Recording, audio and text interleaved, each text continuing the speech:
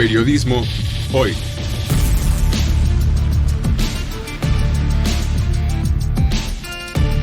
Avatares, riesgos y transformaciones del oficio de informar.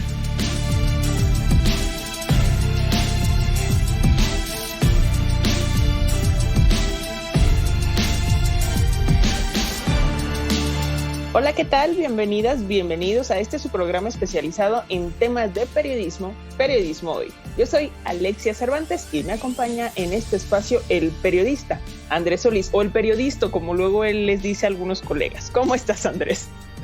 Pues en atención a lo que dice el buen Rogelio Hernández, ese tema de los periodistas y las periodistas, mi querida periodista Alexia Cervantes, te saludo con muchísimo gusto, como siempre, como cada semana en los micrófonos de Radio Educación, para hablar, como bien lo dices, de los temas del periodismo o de cosas que tienen que ver con el trabajo de las y los periodistas, de cómo tenemos que hacer ciertos abordajes informativos.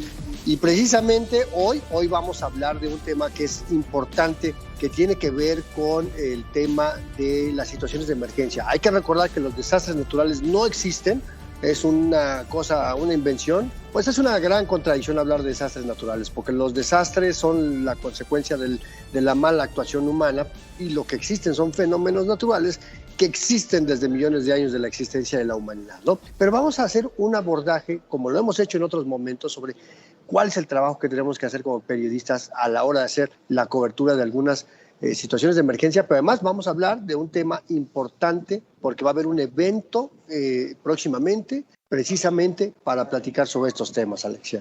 Totalmente, Andrés, porque pues sí, como periodistas por ahí tenemos una tarea, un papel fundamental en la prevención, en la mitigación de riesgos por desastres, porque tenemos que proporcionar información oportuna, relevante, y no solamente cuando ya pasó, sino antes, durante, en la medida de lo posible y siempre con seguridad, y por supuesto después de un evento catastrófico. Y pues es que el trabajo de las y los periodistas tiene la capacidad de aumentar la conciencia pública sobre los riesgos que existen y las medidas de precaución necesarias. Y este tema también es relevante para la ciudadanía, porque si la ciudadanía sabe esto, podrá exigir a sus medios de comunicación, a sus periodistas, que desde las redacciones se hagan las cosas como tiene que ser. Y que en muchos casos, Alexia, vienen desde el mismísimo uso del lenguaje. ¿Cuántas veces has visto que los medios, pues que hasta rayan en el analfabetismo funcional, hablan de que se desplomó un avión? Es imposible que un avión se desplome, porque el concepto de desplomarse quiere decir perder la vertical, y jamás un avión va a andar en vertical, ¿no? Entonces, empezando por ahí, pues nos damos cuenta que hay una gran cantidad de imprecisiones, y por eso cuando informamos sobre temas de ciencia que están, pues son parte de los fenómenos hidrometeorológicos, de los terremotos, de los deslaves, los huracanes, pues como periodistas también debemos de contribuir a la educación de la sociedad sobre cuáles son los factores que deben de tomar en consideración, que contribuyen a que ocurran ese tipo de fenómenos, y sobre todo, pues precisamente poder tomar acciones de prevención. Esto que hablamos del periodismo de soluciones tiene mucho que ver con la promoción de una cultura de la protección civil, y justo de eso vamos a platicar en nuestra sección de entrevista con una especialista en la materia. Pero antes, ¿qué te parece si como cada semana vamos a ver qué nos preparó nuestro equipo de producción en la agenda de actividades de la semana aquí en Periotips? Periotips. Noticias y recomendaciones de la agenda periodística de hoy. Iniciamos con nuestras recomendaciones. El Instituto Prensa y Sociedad convoca la edición 2024 del Premio Latinoamericano de Periodismo de Investigación. Está dirigido a periodistas en solitario o equipos periodísticos que consideren que sus trabajos hayan contribuido a la transparencia de los asuntos públicos. En la convocatoria participan investigaciones publicadas en cualquier medio, ya sea escrito, radial, televisivo, multimedia o internet, que se hayan publicado entre el 1 de julio del 2023 y el 2 de junio del 2024 en los idiomas de español, portugués o inglés. Podrás postularte hasta el 2 de junio. Para más información, visita la página web www.ipys.org. Taller Arteluz te invita a participar en su taller en línea Facebook e Instagram Ads desde cero. Está dirigido a emprendedores, creadores de contenido y profesionales de todas las áreas que desean utilizar los medios digitales como un canal de ventas y o difusión de su marca, productos y servicios. En este taller aprenderás la correcta configuración de tu Business Manager para gestionar campañas. Además, conocerás la forma correcta de usar todas las herramientas de Facebook y poder medir los resultados de tu estrategia. Se llevará a cabo los días 6, 8, 13, 15, 20 y 22 de mayo. Para más información, visita la página web www.tallerarteluz.com. UDG Virtual te invita a participar en su curso en línea Taller de Fotoperiodismo Digital. Está dirigido a periodistas, comunicadores y estudiantes de periodismo de los últimos semestres que cuenten con un teléfono inteligente con cámara, así como una computadora con acceso a Internet. El objetivo es elaborar ensayos fotográficos o reportajes fotoperiodísticos que documenten con veracidad un hecho o suceso actual que sea de interés público. Postúlate en línea para que seas el primero en enterarte de las fechas de impartición. Para más información, visita la página de Facebook UDG Virtual. Gracias por tu atención a esta NotiAgenda Periotips. Recuerden que en las redes sociodigitales estamos muy pendientes de sus comentarios, de sus preguntas, de todo lo que nos quieran compartir. En Facebook nos encuentran como Periodismo Hoy. En X somos @hoyperiodismo, donde claro, también estamos muy pendientes de compartir nuestro podcast de cada semana, que también lo encuentran en la página de internet de Radio Educación, www.e-medioradio.edu.mx. Y bueno, esta emisión, además de transmitirse a través de Radio Educación, la pueden encontrar en www.e-medioradio.edu.mx. De ahí la pueden descargar, la pueden enviar a quienes ustedes quieran. Allí va a estar el podcast. Y también quiero decirles que, bueno, no sé si ustedes sepan, si nos escuchan por primera vez, tal vez no, que tenemos una sección que se llama Un Día en la Prensa. Y es una sección en la que abordamos efemérides, sucesos históricos y su abordaje desde la prensa. Y hoy vamos a hablar de una masacre ocurrida en una escuela de Estados Unidos en abril de 1999. Y su cobertura mediática derivó, pues hay que decirlo, en pánico colectivo sobre la subcultura gótica, sobre el tema de los marginados sociales, sobre el uso de antidepresivos farmacéuticos por parte de adolescentes.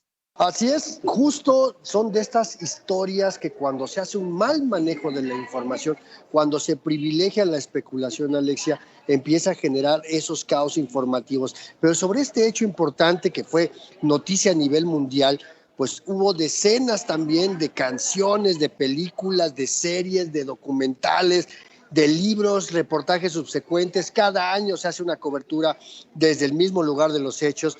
Así es que pues si tienen alguna idea de qué tema en concreto vamos a platicar en nuestra cápsula de este día, pues mándenos un mensaje con las respuestas a nuestras vías de comunicación. En tanto, pues ¿qué les parece si se quedan aquí y nos acompañan en esta conversación sobre la gestión integral de riesgos de situaciones de emergencia desde el periodismo?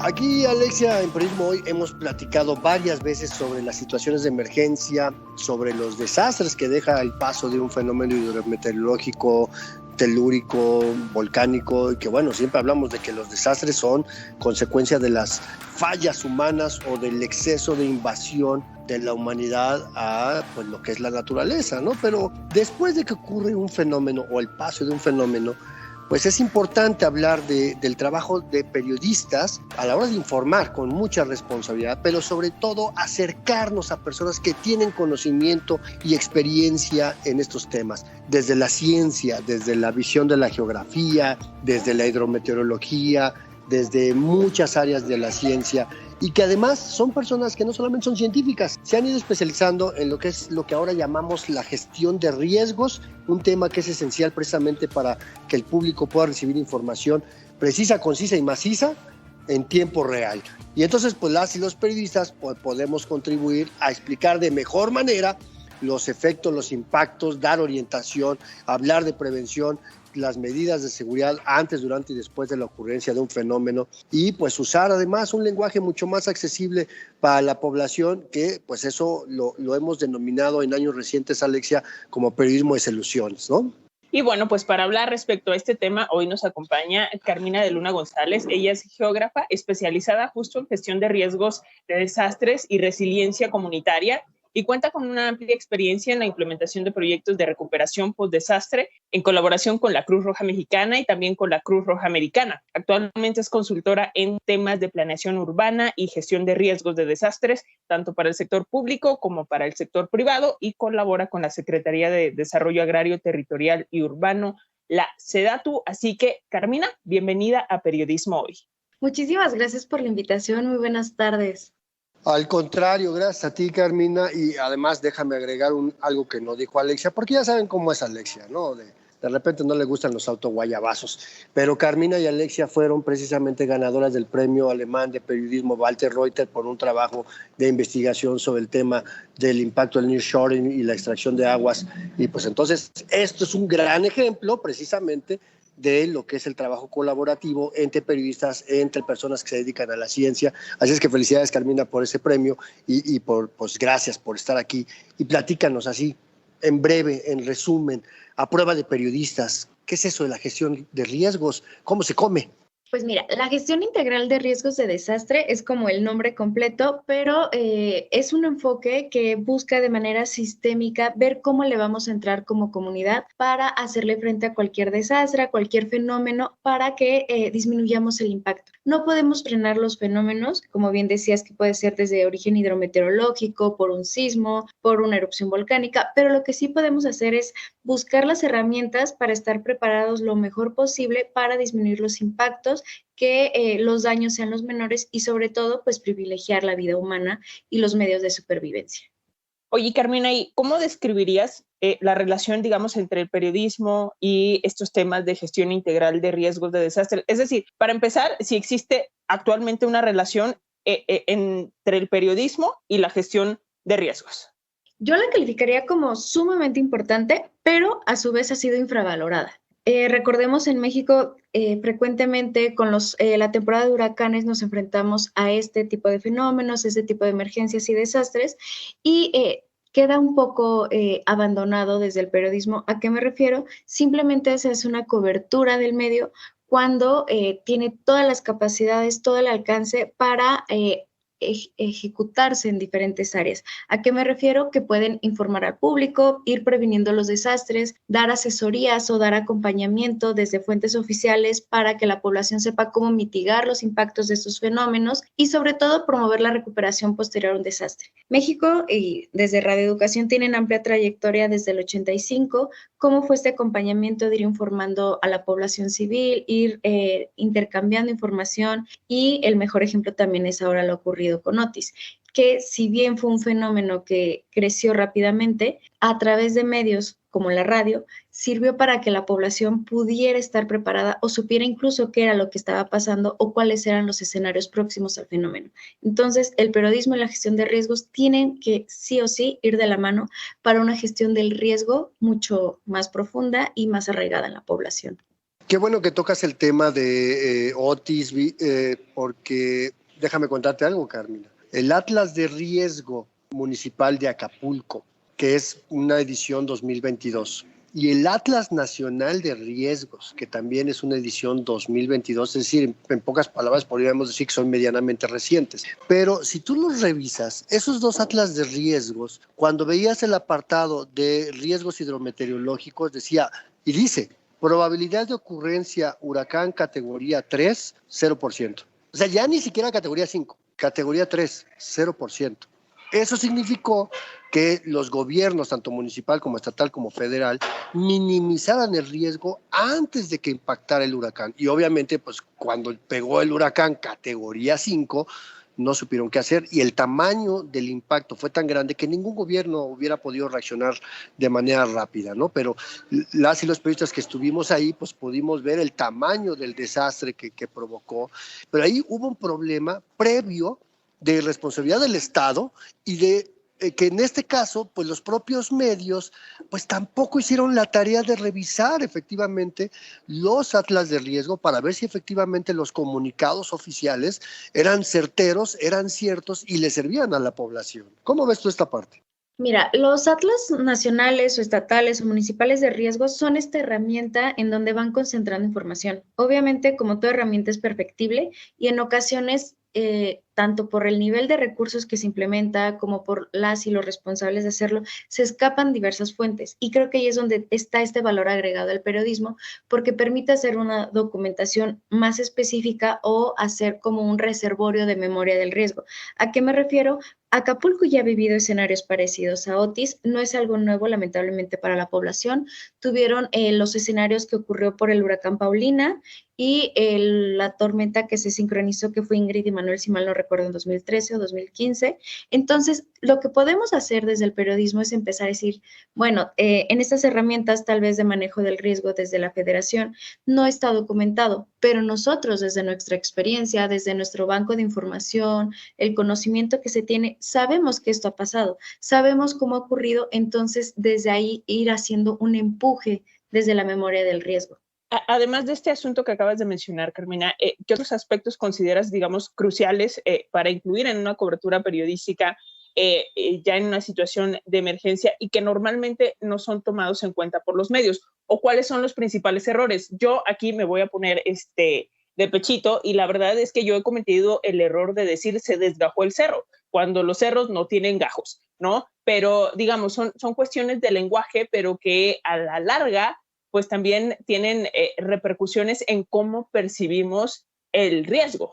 Sí, en ocasiones el lenguaje técnico pues no es conocido por todas y todos, pero también hay que saber adaptarse a los medios culturales de la localidad o la población que se ve afectada. Tal vez el desgajamiento, como bien mencionas, pues no es un término técnico adecuado para nada, pero así es como la población los identifica. Entonces puede ser que se diga el término comúnmente conocido y hacer como este acompañamiento del término que es adecuado para que pueda empezarse a hacer este diálogo más plural entre los científicos, los técnicos y la población en general. Entonces, el periodista podría ser este traductor, este intérprete entre estos dos mundos y que la información pues corra de mejor manera. Y creo que una mejora que se puede hacer es empezar a pensar en los desastres en momentos. Puede ser, ya ocurrió el desastre, pues ¿qué es este acompañamiento a la comunidad desde un aspecto humano? No buscando solamente la nota o el morbo, sino decir, bueno, son vidas humanas que fueron cambiadas por el desastre, que en el mejor de los casos solamente se tienen que recuperar. No es esta pérdida. Ya después de ocurrido el desastre y que pueden pasar 72 horas, empezar a hacer un puente de apoyo en difundir tal vez donaciones de voluntarios, de víveres, pero que estas entregas sean conscientes y desde la empatía. No ha pasado en otros momentos que las personas buscan ayudar, pero solamente transfieren víveres desde lo que se cree que pueden servir. ¿A qué me refiero? Se transfieren volúmenes inmensos de agua sin considerar que tal vez yo estoy en Chihuahua y estoy mandando agua a Oaxaca, cuando lo más fácil es pues transferir dinero o pensar en algo que culturalmente estas poblaciones necesiten. Igual pasa con la ropa. Se abren centros de acopio y muchas de las personas creen que es un lugar donde pueden ir a depositar la ropa o las cosas que ya no necesitan. Se transfieren desde vestidos, de boda, disfraces. Entonces, creo que esa es la tarea, como ir humanizando la tragedia, ir humanizando las necesidades que se tienen, obviamente desde esta sensibilidad cultural y respeto por las personas afectadas. Y algo que tal vez en México en ocasiones nos cuesta un poquito es, ocurrido el desastre, tener una perspectiva a largo plazo para la cobertura, que no solo sea la nota inmediata, sino también empezar a identificar cuáles fueron los procesos que ocurrieron después del desastre, que puede ser un año después, que puede ser platicar cómo se recuperó la comunidad, cuáles fueron los ejercicios, si hubo mejoras de vivienda, si se exigió o se documentó que en los atlas municipales se incluyeran este tipo de cosas, si se abrieron mesas de diálogo, no sé. El panorama es muy amplio, pero sí ir pensando en estos momentos de acompañamiento de la cobertura mediática. Sí, justo, es un tema muy interesante porque previo a los sismos del 2017, yo hice un reportaje para documentar que precisamente eso de la cultura de la protección civil en este país es más mito que realidad. porque sí, efectivamente a lo mejor han muerto menos personas en los últimos eventos, pero el tamaño del daño a la infraestructura es mayor precisamente porque hay más casas, hay más edificios, hay más infraestructura física, puentes, carreteras y demás, ¿no? Y entonces los costos se han triplicado en los últimos 40, 50 años en la ocurrencia de un huracán, hace 30 años a lo que sucedió ahora con Otis. Pero hay otro aspecto importante, Carmina. Los periodistas no necesariamente somos personas dedicadas a la ciencia. No vamos a ir a estudiar geografía o no nos vamos a ir a especializar en ciencias de la Tierra para poder hacer un reportaje, pero sí debemos de tener mínimos de conocimientos. ¿Cuáles serían esos desde tu perspectiva, obviamente científica, de qué es lo primero que tenemos que buscar? ¿A qué fuentes recurrir, más allá de personas expertas como tú? También fuentes documentales, fuentes científicas, papers, de ese tipo de cosas. Afortunadamente en México tenemos el Centro Nacional de Preparación de Desastres, comúnmente conocido como el CENAPRED, que forma parte de este conglomerado de la Secretaría de Gobernación que tiene la Coordinación Nacional de Protección Civil. Y este centro es muy importante ya que se ha encargado de documentar, de investigar y también de preparar información para que sea difundida y que sea un poquito menos técnica y más fácil de entender. Ellos tienen muchísima bibliografía que pueden incluirse desde infografías muy sencillas, papers, investigaciones y demás, y a escala internacional pues tenemos grandes referentes, que es desde las Naciones Unidas, que tienen una agencia dedicada a la atención de desastres, la propia Cruz Roja Mexicana, las labores que realizan pues son muchísimas, y ir como aprendiendo que los desastres pueden ser de diferentes fuentes y no por eso son desastres naturales. Solamente los desastres ocurren y son por fenómenos de origen natural, sismos, inundaciones, sequías, lluvias extremas, pueden ser por origen humano, que puede ser desde una explosión de un ducto, una gasolinera, alguna escape de gas, y también tenemos como que ir diferenciando esto y quitarle el peso naturalista. ¿A qué me refiero? Frente a los escenarios que vemos cada vez más catastróficos de cambio climático, empezar a quitarle la carga a la naturaleza. No es que ocurran las cosas o los desastres y ya no podamos hacer nada, sino confiemos como humanidad o como comunidad que tenemos las medidas suficientes para empezar a prepararnos y mitigar los desastres. Entonces, la primera es pues aceptar el riesgo. Creo que siempre, y ustedes como periodistas siempre lo ven, siempre pueden estar ocurriendo diferentes tipos de desastre. La mejor fuente es estar informados, conocer los términos más sencillos, que va desde peligro, riesgo, vulnerabilidad, exposición, amenaza, para con estos ir informando a la comunidad y que también sirva como un ejercicio de resiliencia entre todos. Al final tenemos las experiencias desde el 85, que, como bien mencionas, cada vez hay menos muertes, los daños se han incrementado, pero también pueden venir desde una planificación urbana que es más densa, tenemos una infraestructura incluso más costosa, pero que podemos ver este largo camino que hemos recorrido como nación desde la protección civil, donde hemos implementado mejoras suficientes, tenemos un sistema maravilloso de monitoreo sísmico en el que es más fácil que seamos alertados. Entonces, esas serían como las primeras recomendaciones que me vienen a la mente. Pero ¿se puede, digamos, comunicar el riesgo antes de que ocurra un desastre? O sea, digamos, como qué tipo de temas o qué tipo de reportajes o qué tipo de coberturas pudiéramos hacer si todavía no ocurre. Depende del desastre. Por ejemplo, en el tema de desastres de origen hidrometeorológico, que son los de agua, que tiene alguna relación el agua y la atmósfera. Ahorita en México ya tenemos presente cuándo va a ser la temporada de huracanes. Oficialmente sabemos que va a iniciar el 1 de junio de este año y va a finalizar el 30 de noviembre. Temporada de huracanes del Atlántico.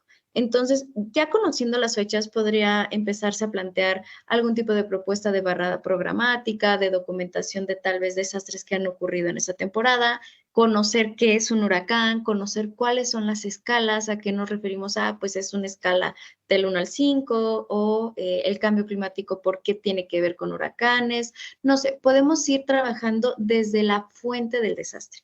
conocemos que ha ocurrido algún tipo de fuga química, pues dar consejos, no sé, el ir atacando de raíz cuáles son las causas que pueden provocar los desastres. La famosísima mochila de emergencia aquí en la Ciudad de México, que todo mundo sabemos que la tenemos que tener, pero nadie sabemos qué es una mochila de emergencia. Entonces, ir atacando las fuentes que provocan el desastre, ir difundiendo las capacidades que como individuos, como familias, podemos ir teniendo para estar mejor preparados en la ocurrencia de algún fenómeno. Pues muy interesante, pero danos oportunidad, Carmina, vamos a ir rápidamente a una pausa, pero no le cambie, seguimos aquí en Periodismo Hoy a través de Radio Educación.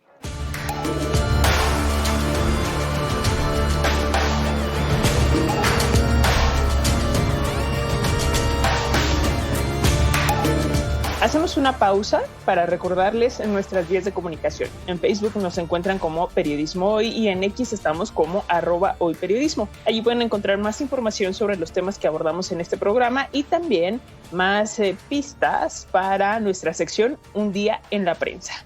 Así es, porque vamos a hablar de un tiroteo que se registró en Estados Unidos en 1999, un hecho que cambió en gran medida también ciertas maneras de hacer periodismo en tiempos en que, si bien ya había internet, ya había conexión a internet, ya muchos medios transmitían información a través de esta plataforma. De hecho, yo en ese año yo ya trabajaba en un medio digital, pero pues también no existía todavía la cultura de buscar información de primera mano en internet. Era un espacio todavía restringido porque no todo el mundo tenía acceso a internet, no nos podíamos conectar desde un teléfono celular, no había muchas computadoras, había que ir a un café internet, pero bueno, sin duda este suceso vino también a cambiar la manera, como les decía, de hacer periodismo desde los medios tradicionales. Así es que si tienen alguna idea del tema en concreto de esta masacre ocurrida en Estados Unidos en 1999, mándenos un mensaje a nuestras vías de comunicación y mientras vamos a seguir platicando sobre esto del periodismo y las situaciones de emergencia.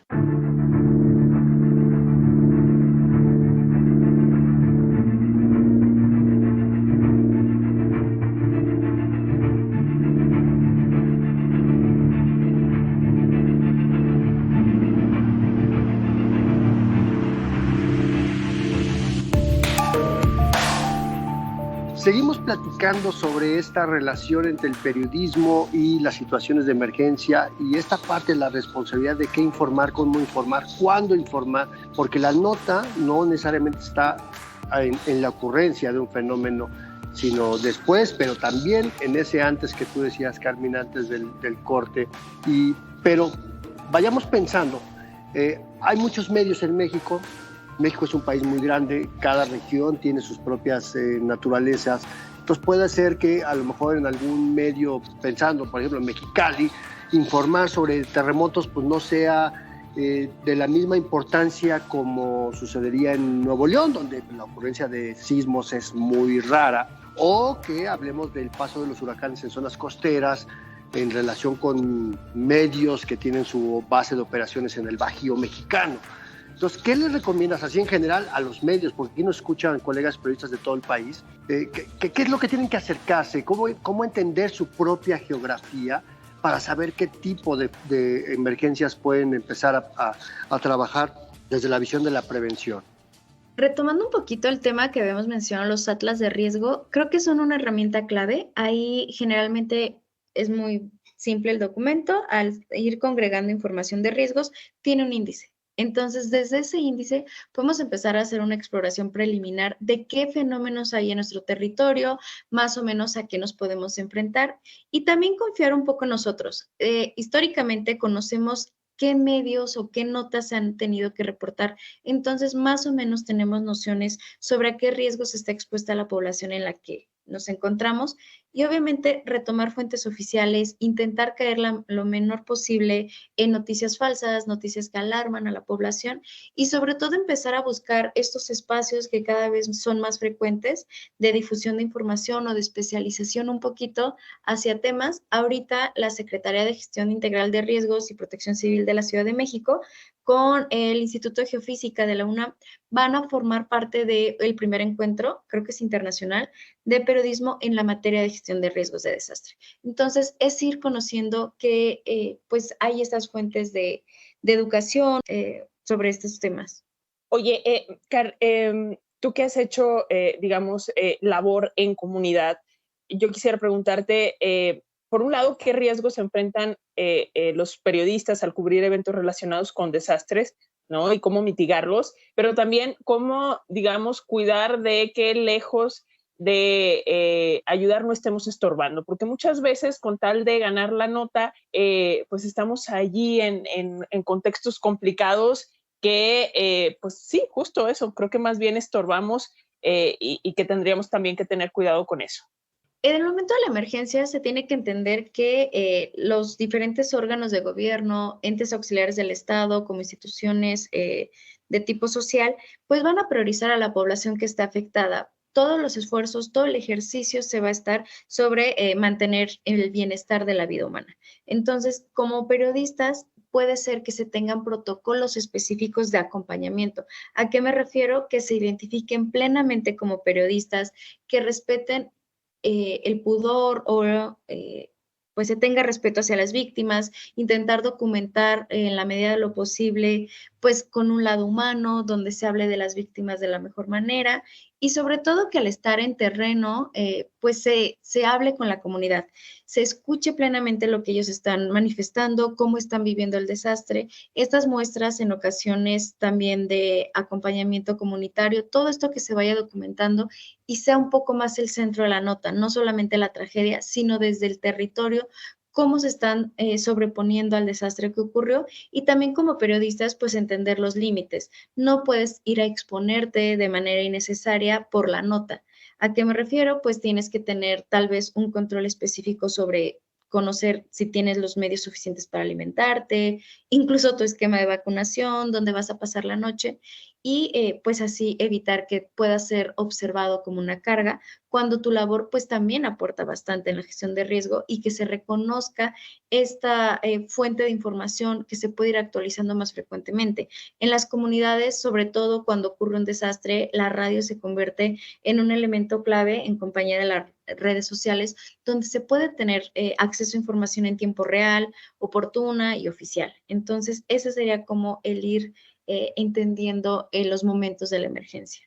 Que claro, también depende mucho del el tamaño de la emergencia, ¿no? Porque, por ejemplo, algo que sucedió en Acapulco y en Coyuca tras el paso de Otis es que pues, no había luz, no había energía eléctrica, no había, por lo tanto, telefonía, no había transmisiones de radio, no había internet y eso dificultaba mucho las comunicaciones y paradójicamente los medios que pudimos hacer una primera mejor cobertura fuimos los medios de televisión que podíamos hacer transmisión satelital. Pero esto, lo que dices es muy cierto. Los medios debemos de convertirnos en aliados de la autoridad, pero tampoco podemos caer en la provocación de solo ceñirnos a la información que la autoridad genera, porque corremos el riesgo de reproducir mentiras. También tenemos que verificar la información, ir a los lugares, recorrer los sitios, pero con estos protocolos que tú dices. Y bueno, tu experiencia, no solamente desde la ciencia, sino también desde la parte del trabajo que has realizado con la Cruz Roja.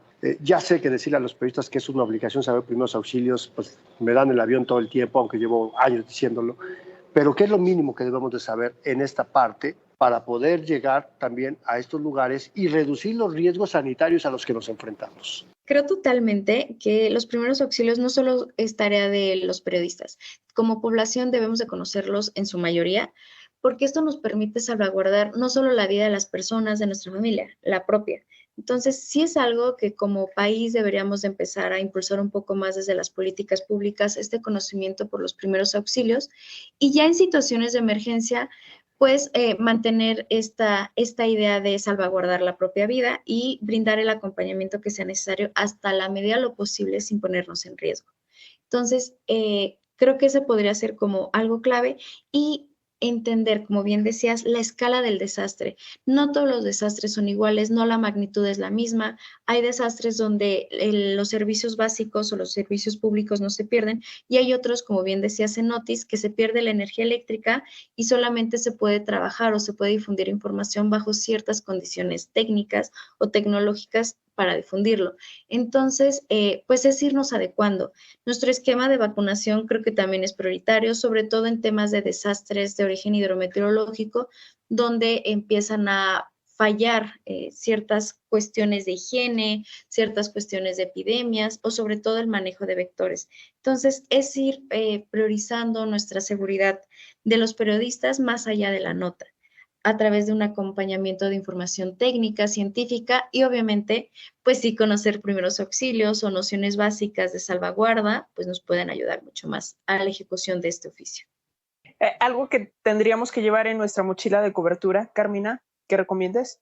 Obviamente una identificación para que las personas, no solo las personas afectadas, sino las personas que están atendiendo la emergencia, sepan quién eres, qué estás haciendo ahí y que no se presta malas interpretaciones. Posteriormente, si tienes los conocimientos básicos de primeros auxilios, pues un mini botiquín que te permita tener algún tipo de gasas o algo para cortes, hemorragias o demás, y productos de higiene. Sí o sí, la pandemia nos dejó este aprendizaje. Tenemos que priorizar el lavado de nuestras manos, el uso en ocasiones de cubrebocas para proteger las vías respiratorias y el gel antibacterial, que si bien en ocasiones es difícil estarse limpiando durante coberturas, pues a la larga, si vas a hacer una cobertura de medios de más de 2 semanas, pues te puede salvaguardar tu salud gastrointestinal. También algo que debes de tener en cuenta es pues tener muy bien documentado tu esquema de vacunación por si ocurre alguna campaña emergente de vacunación, pero pues sí centrándote mucho en la higiene.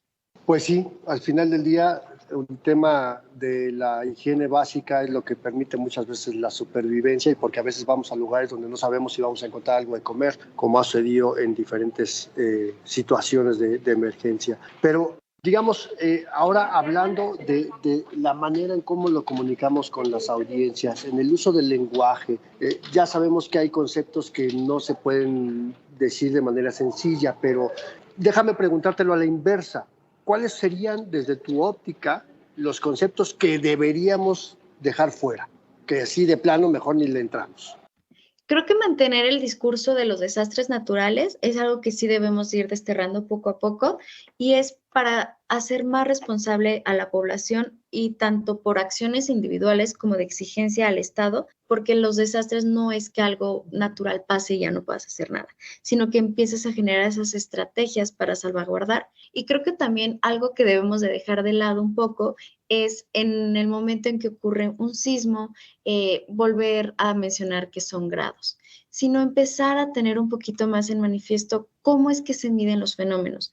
No podemos ser expertos en absolutamente todo, sería inalcanzable la labor del periodista, pero sí identificar tal vez cuáles son los fenómenos más frecuentes que empezamos a difundir o que hablamos. Entonces, desde ahí buscar estas pequeñas infografías que entes como Protección Civil difunden para ir desterrando el término grados o caer en noticias falsas donde de repente se difunden cadenas de información de que el sismo se puede predecir, o desde cierta cosmovisión o cierta idea podemos empezar a tener un mayor control de cómo entendemos los desastres y cómo entendemos nuestro actuar, y también la manera de mantenernos a salvo. O sea, en resumidas cuentas, quitarle esta carga de, bueno, pues porque es natural, entonces pues nada podemos hacer, así Dios lo quiso, es natural y bye, ¿no? O sea, no podemos prepararnos para ello, ¿no? Porque luego así se lavan las manos las autoridades y también como que al resto de la población pues lo dejamos en manos de quién sabe quién y que pase lo que tenga que pasar. No, hay que quitarle esa carga naturalista, como bien decías, Carmina, y asumir la responsabilidad desde antes y prepararnos adecuadamente.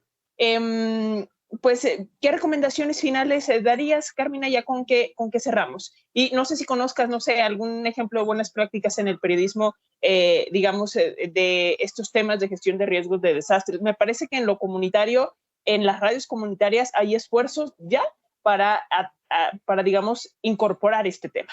Creo que podemos voltear a ver lo ocurrido en el 2017, no son tantos años desde que pasó, y ahí vienen diversos ejercicios que pueden ser unas buenas prácticas, que puede ser desde sociedad civil, cómo se documentó la emergencia, cómo se documentaron las necesidades y se articularon esfuerzos, que fue sobre todo en Ciudad de México, Puebla y Morelos, un grupo que se llamó Verificado 19S, si bien no eran periodistas, empezaron a tener este acercamiento, este intercambio de información entre las personas afectadas, entes gubernamentales y difundir la información en tiempo real, que crearon también una metodología de verificar la información. Si más de 2 personas te decían lo mismo, pues era ya tomado como cierto y podía pasar otro tipo de filtros. Otro ejercicio que nos deja el 2017 es justo el que decías de las radios comunitarias.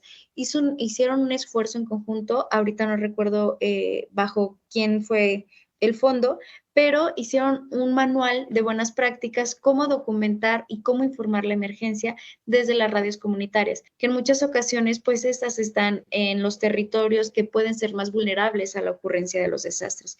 Entonces ellos hicieron este manualito, se difundió entre diferentes radios y pues ya se ha empezado a operar y ha estado en funcionamiento. Otro ejemplo del 2017 puede ser cómo la población ya está más familiarizada con los simulacros, ya reconoce las buenas prácticas que son mantenerse en zonas de menor riesgo, reconocen el ruido de la alerta sísmica y sobre todo saben que debe ser manejado con todo el cuidado y no estarse pues haciendo bromas o replicando llamadas falsas. Entonces, ese pueden ser como las buenas prácticas que el 2017 nos dejó y que el periodismo obviamente ha incidido. Como decía, a largo plazo, pues también el periodista fue quien empezó a hacer un seguimiento de los recursos que se repartieron para la reconstrucción y que ha llevado a ejercicios de buenas prácticas, de transparencia, de seguimiento de fondos y que incluso documentar ejercicios de corrupción. Y ya, si me permite, pues le ponemos el comercial del Diplomado de Periodismo en Riesgos y Seguros que cada año convoca el Consejo Ciudadano del Premio Nacional de Periodismo junto con la Asociación Mexicana de Instituciones de Seguros y Aula Abierta, que venimos impartiendo desde 2018, y también en el Diplomado de Periodismo Especializado de la Facultad de Ciencias Políticas y Sociales de la UNAM, que tiene el módulo precisamente de cobertura de situaciones de emergencia. Pero bueno, en tanto, Carmina de Luna González, geógrafa, especialista en gestión de riesgos y desastres, muchas gracias por esta conversación que nos deja muchísimo aprendizaje, no solamente a quienes hacemos periodismo, sino también pues a todas las audiencias de la radio pública. Muchas gracias. Pues muchísimas gracias por el espacio y de verdad no desaprovechemos los espacios que brindan los periodistas, las y los periodistas para compartir información de riesgos de manera preventiva, de manera de mitigación y sobre todo este acompañamiento que dan en las situaciones más difíciles que son las de emergencia y desastre.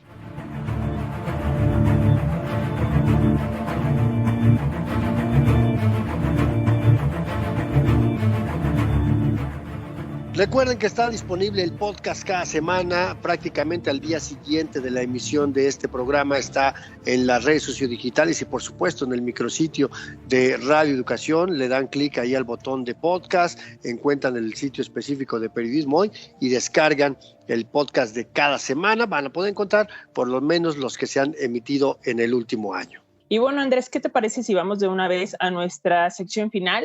A la última parte de este programa. Se llama Un día en la prensa, este espacio en el que recordamos distintos sucesos históricos, efemérides y su abordaje en los medios de comunicación. Hoy vamos a hablar de uno de los tiroteos más letales ocurrido en un centro escolar en Estados Unidos, en tiempos en los que, bueno, tú ya decías, si bien Internet ya era una realidad, no existía esta cultura de buscar información inmediata o de difundir información de forma inmediata a través de las redes sociales. Escuchen bien, ¿de qué se trata?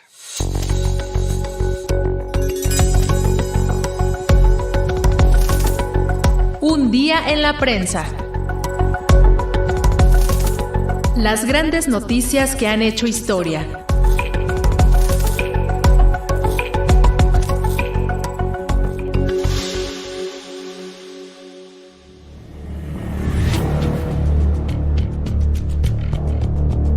Estados Unidos ha tenido una larga historia de violencia ciudadana y terrorismo interno, que va desde los casos de asesinos seriales, asesinatos masivos, hasta los bombardeos. Y en todos los casos, la prensa ha estado ahí.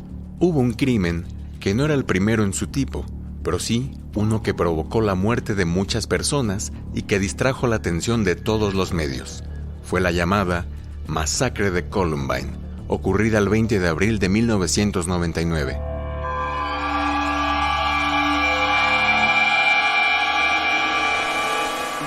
Aquel martes 20 de abril, 2 adolescentes de último año de bachillerato de la escuela secundaria de Columbine en Colorado, Estados Unidos, cambiaron las vidas de millones de personas. Eric Harris y Dylan Klebold llegaron armados a la escuela y aparentemente ya tenían un plan muy claro sobre lo que harían esa mañana de primavera que parecía una más. Pasadas las 11 de la mañana, los 2 adolescentes colocaron varias bombas en la cafetería de la escuela, en sus propios autos y otras afuera de un edificio, estas últimas para ser un distractor para los cuerpos de emergencia. Justo a las 11:19 de la mañana, ambos jóvenes comenzaron a disparar en contra de estudiantes y personal de la escuela. Al final, 2 estudiantes y un profesor fueron asesinados, mientras 18 personas más resultaron heridas de gravedad. Las llamadas al 911 no se hicieron esperar.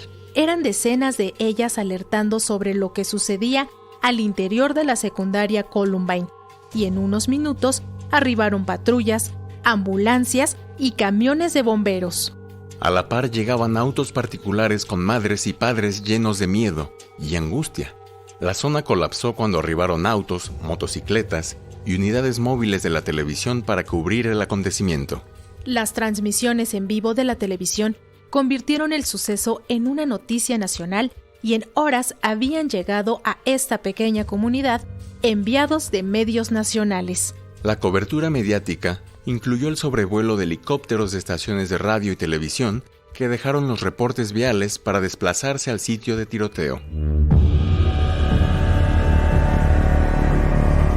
El ataque de Harris y Klebold duró poco más de 50 minutos. Hubo incluso intercambio de disparos entre los adolescentes y los primeros policías del condado que arribaron al lugar e intentaron contener a los agresores. Los jóvenes siguieron disparando y algunos medios ya se encontraban en los alrededores, narrando en vivo lo que sucedía mientras la policía intentaba controlar la situación. El puesto de control policial se vio invadido de periodistas con preguntas para las cuales no había respuesta y devenían en suposiciones que algunos reporteros y reporteras daban al aire sin haber confirmado. A las 12:08, la policía declaró controlada la situación cuando confirmó que los jóvenes atacantes se habían suicidado al verse sin escapatoria, pero la cobertura siguió hacia la recuperación de cadáveres y el rescate de heridos.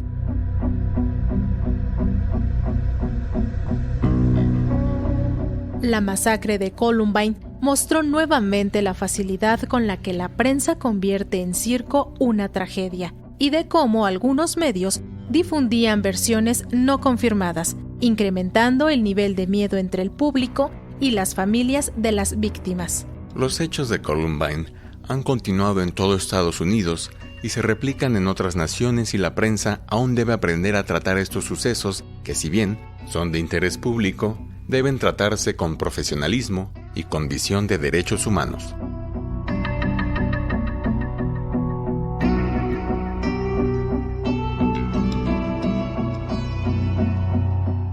Bueno, pues como siempre es hora de despedirnos, pero siempre va a ser un placer que nos acompañen. Siempre les vamos a estar agradeciendo el favor de su compañía, de su escucha, de su complicidad a través de las distintas frecuencias de Radio Educación, ya sea a través de la radio de las ondas hertzianas, la radio tradicional, o a través de las frecuencias digitales en la internet. Recuerden que vamos a seguir nuestra conversación en nuestras redes sociodigitales. En Facebook somos Periodismo Hoy, en Twitter o X somos @hoyperiodismo. Y como siempre, Alexia Cervantes, un placer compartir contigo este espacio. El gusto es mío, Andrés Solís. Hasta la próxima.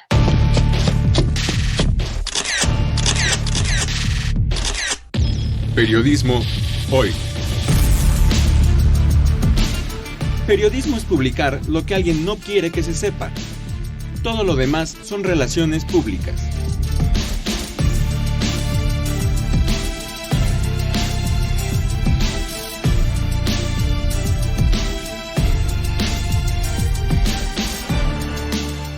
Trabajamos para ustedes en el servicio social Karen Sanabria y Viridiana Ortega, en la edición digital Alejandro Ramírez, la musicalización de Óscar Solís, Edith Rojas en la asistencia de producción, en la conducción Alexia Cervantes y Andrés Solís, en una producción a cargo de Graciela Ramírez para Radio Educación.